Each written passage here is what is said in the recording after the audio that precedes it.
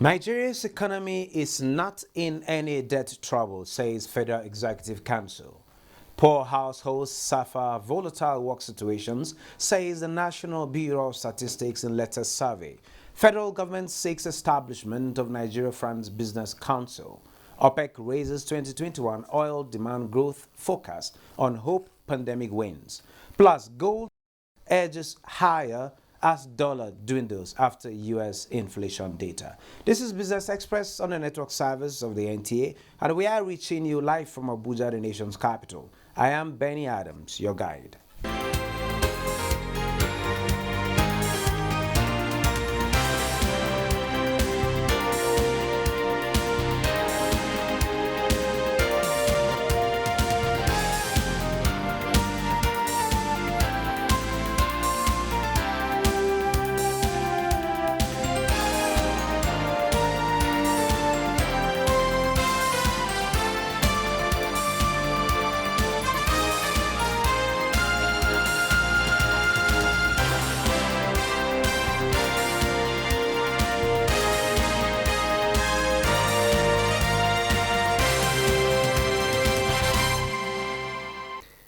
Good to have you join us at this time, and we start by telling you that the Minister of Industry, Trade and Investment, Adeni Adebayo, has called for the establishment of Nigeria-France Business Council to enhance trade relations between the two countries. He explained that the council, which would be private sector driven, would perform the statutory role of coordinating and promoting enabling business environment, which will spur economic growth. The minister, who was addressing a group of French investors led by the Minister for Foreign Trade and Attractiveness, Frank Riester, called on French companies to take advantage of the nation's teeming youth to invest in software manufacturing in the country.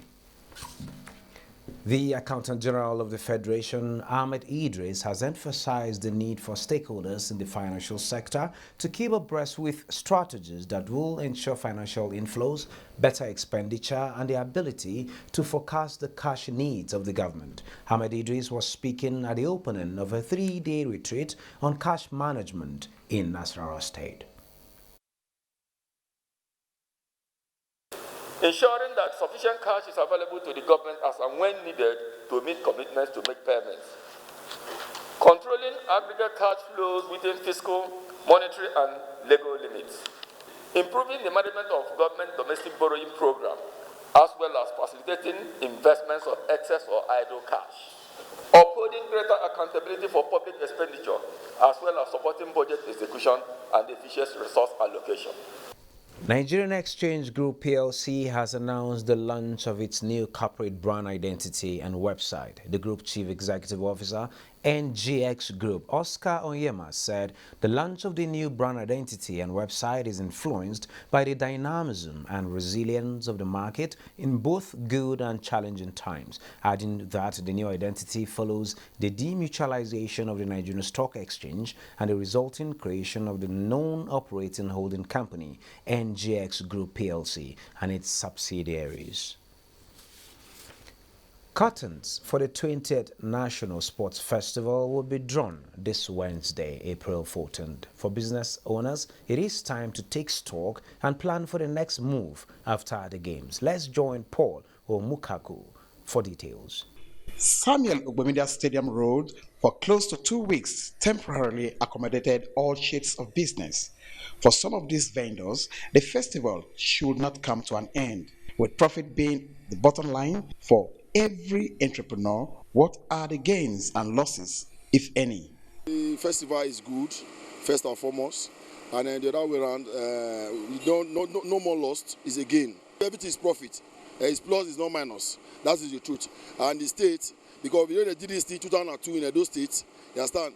Now it's better than that time, because that time is we are still analog. Now we are in digital world.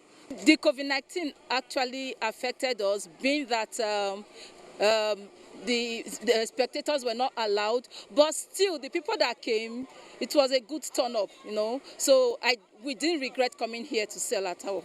We thank God for this wonderful opportunity that the federal government and those state governments have bring, because they have released a lot of people from pens, especially financial pens, At least we can get money to pay for our school fees, our children's school fees, and meet up our family demands. Turn up has been good, like more customers. While some business owners already have existing plans to consolidate on, for others, it is a one-off opportunity to cash on. A survey by the National Bureau of Statistics (NBS) has shown that poorer households suffered volatile work situations in February this year, resulting in a 6-month, that is September to February 2020, decline in the share of workers in the lowest consumption class. Survey report titled COVID-19 National Longitudinal Phone Survey Round 10 stated that working situations have been most volatile for individuals living in poorer households. For individuals in the top consumption class, the share of people working has remained fairly stable at 69% in January to February 2019, 67% in September 2020, and returning to 69% in February 2021. For individuals in the lowest consumption class, however, the share of people working jumped from 52% in January to February 2019 to 70% in September 2020, but then dropped back to 63% in February 2021.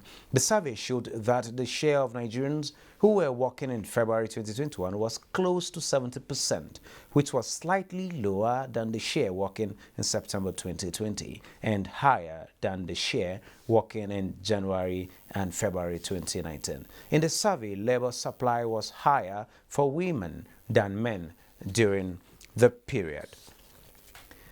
Today, our focus is on COVID-19 households and the recovery journey on the back of the NBS COVID-19 Impact Monitoring Survey report for February 2021. And joining me is a financial analyst and an economist. He is Mr. Samson Simon Galadima.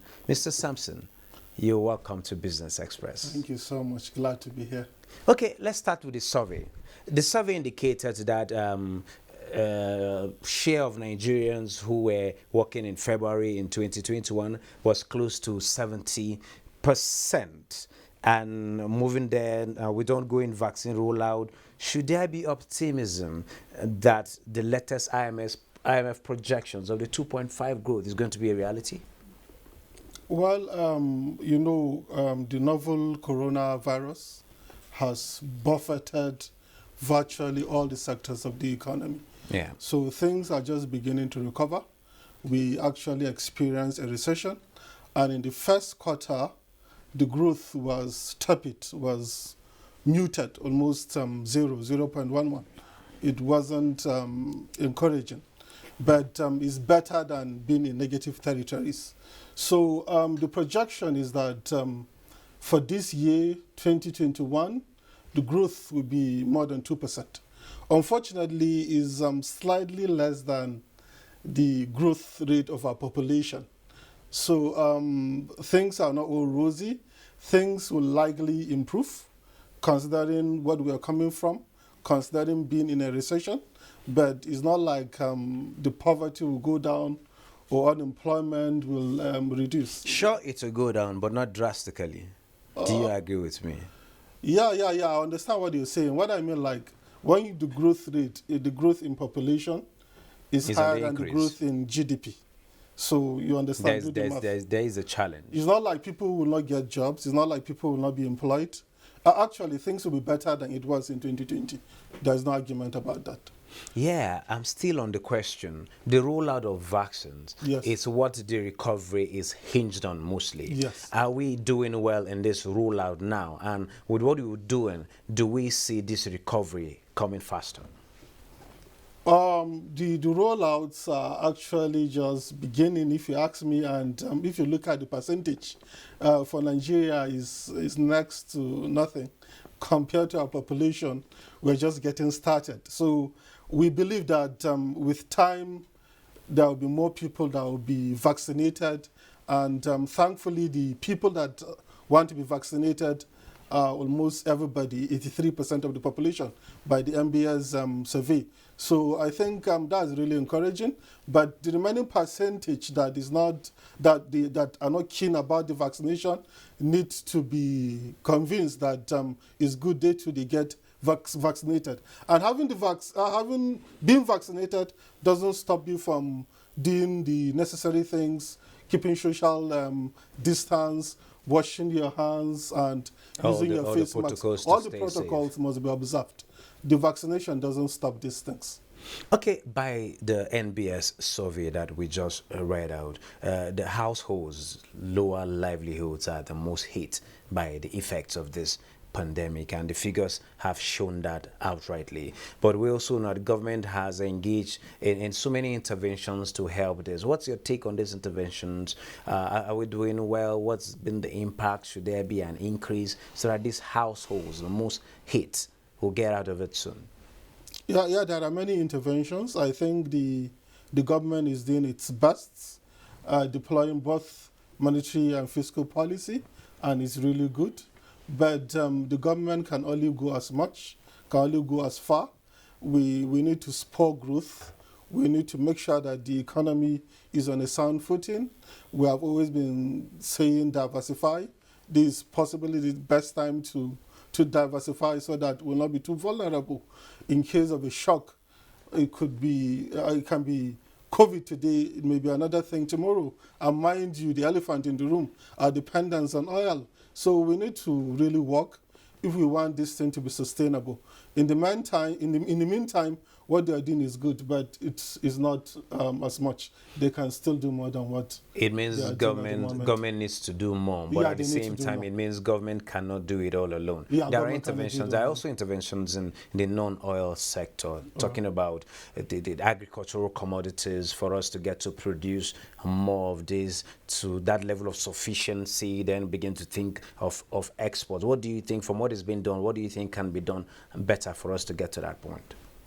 We need to be export oriented. Unfortunately, now we export next to nothing apart from oil.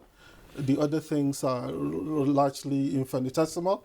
We need to show up our exports, and if we can export a lot, then we need to look for a way to do import substitution. Instead of importing, we see how we can produce these things. If we can do that, I think largely the economy will be better off than it is at the moment. Yes, right out from what you just said, there has been this initiative for us to minimize the export of raw materials, to see how we can produce locally, do some level of value addition, yes, then for us to get to push it out there for us, for farmers, for the exporters, for the manufacturers to get value for their money. Yes, I think that's key.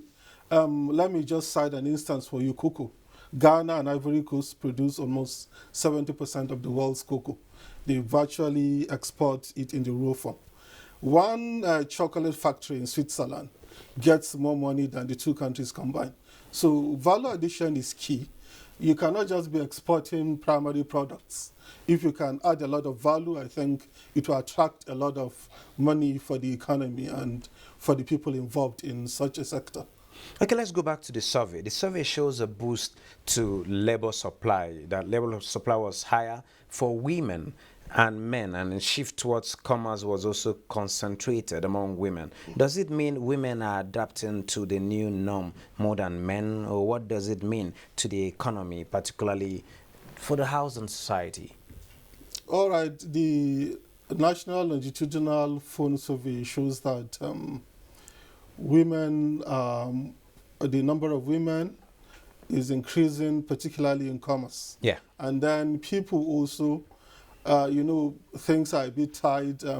Many households have fallen on hard times. So maybe if you had one person that was bringing the income, now more people need to go out and work. So I think those are the things being reflected. And somebody said if being a millionaire is a result of hard work, then every woman in Africa should be a millionaire. Women are actually hardworking, and they always step up to the plate in situations like this. And I think that's what they're doing at the moment. That's a good one, and the federal government has recognized that fact so much that in the MSME's survival fund, women have like a 45% quota to catch. Yeah, that's a nice one. Well, people's participation in agriculture within the review period of the NBS study declined. What factors could be responsible for this decline, and what would possibly happen if this persists?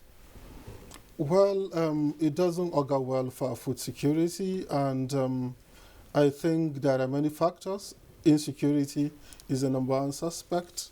It's not actually safe either in the northeast or in the northwest in particular, and north central because of banditry, because of this farmer harder clashes. So those could be the reasons, and the lockdown also to some extent affected many people last year and is still affecting people. So the government needs to look at the way to make people to go back to their farms by ensuring that they're safe. And if they need inputs, if they need loans, they should be provided. Well, still on the issue of vaccines and vaccines rollout, although you've proceeded that we've started, but we're not there yet. And the IMF is saying if we're able to do better rollouts, the economy will recover faster and to support households in Nigeria. How fast do you see that happening? If we get more of these jabs rolled out, will the economy recover? What kind of timing would you give that? I think the more we roll out the vaccines, the better for us. But, it requires resources. For now, most countries are embarking on vaccine nationalism, like the Americans and the Europeans. They feel they have not satisfied their domestic markets or their populations at home, so they are not yet ready to export. So countries like Nigeria that do not produce, they would have to wait until those countries have enough before possibly we can have some more that will be enough for our entire population. So it's going to take some time. I cannot tell you exactly when, but it's likely going to be next year, 2022. That is the likely time frame. Well, I think it might just come sooner with China and India giving us support. Thank you so very much, Mr. Samson Simon Galadima, for sharing your thoughts with us at this particular time and giving us insight on the likelihood of our recovery. Thank you so much. You're welcome. Well, moving on, oil prices rose in early trade on Wednesday, adding to overnight gains after industry data showed U.S. oil inventories declined more than expected and OPEC raised its outlook for oil demand. Brent crude futures rose 29 cents to $63.95 a barrel after climbing 39 cents on Tuesday. U.S. West Texas Intermediate crude futures similarly climbed 28 cents to $60.46 a barrel, adding to Tuesday's rise of 48 cents. Gold prices inched higher on Wednesday, extending gains from the previous session after data showing a bigger than expected rise in U.S. inflation boosted bullion's appeal as a hedge against it and weighed on the dollar and treasury yields.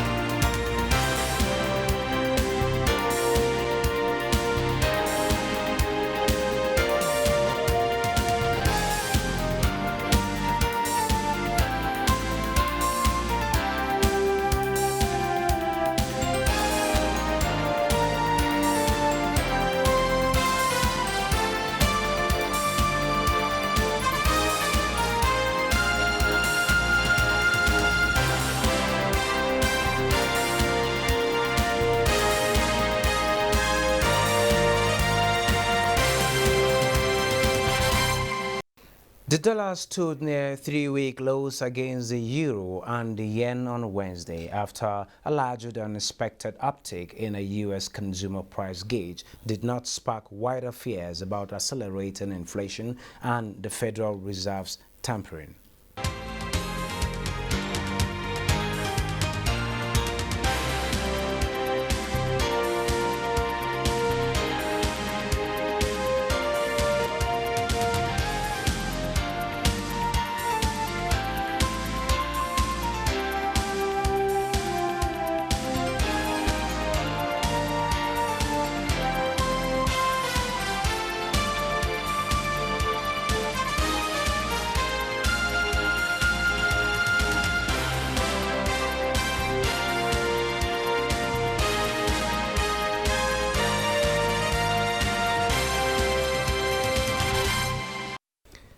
This is where we end this edition of Business Express. We value your feedback, so do send in your questions, comments, observations, and suggestions. Also be informed that all previous episodes are available on YouTube on the NTA's channel. You can also communicate with us on Twitter.